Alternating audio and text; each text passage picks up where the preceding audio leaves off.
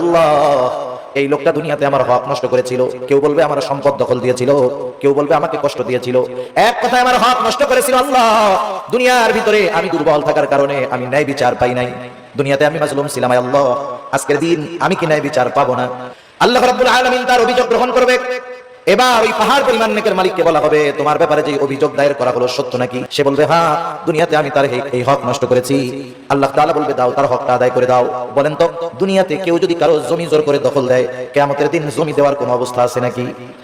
এইবার লোকটা বলবে আল্লাহ এ তো দুনিয়া না, দুনিয়া না, দুনিয়া যদি হইতো আমি তার জমি তার হক তাকে ফিরিয়ে দিতাম, এখন আমি কোথা থেকে দিব? এইবার অভিযোগকারী বলবে আল্লাহ ঠিক আছে, এটা তো দুনিয়া না, দুনিয়ায় আমার সম্পদের সে দখল দিয়েছিল, আজকে আমার সম্পদের প্রয়োজন নাই, সে আমার দুনিয়ার হকটা তার নেকির দ্বারা মিটায় দে। এবার ওই পাহাড় পরিমাণ নেকের মালিক একটা মাত্র অপরাধ করতো, বান্দার হক নষ্ট করছে, সে কি করবে? নেকির থেকে নিয়ে একজনের হক আদায় করবে। একের পর এক অভিযোগকারী আসবে আর সে হক আদায় করতে থাকবে। এক সময় পাহাড় পরিমাণ নেক শেষ হয়ে যাবে, কিন্তু অভিযোগকারীর সিরিয়াল এখনো বড় লম্বা। আল্লাহ তাআলা বলবে তাদের হক আদায় করো। লোকটা বলবে আল্লাহ মানুষের হক আদায় করতে করতে আমার সব নেকি শেষ হয়ে গেছে। এইবার অভিযোগকারীরা বলবে আল্লাহ তার নেকি নাই, তাতে কি আমাদের গুনাহগুলো নিয়ে আমাদের হক আদায় করে দিই।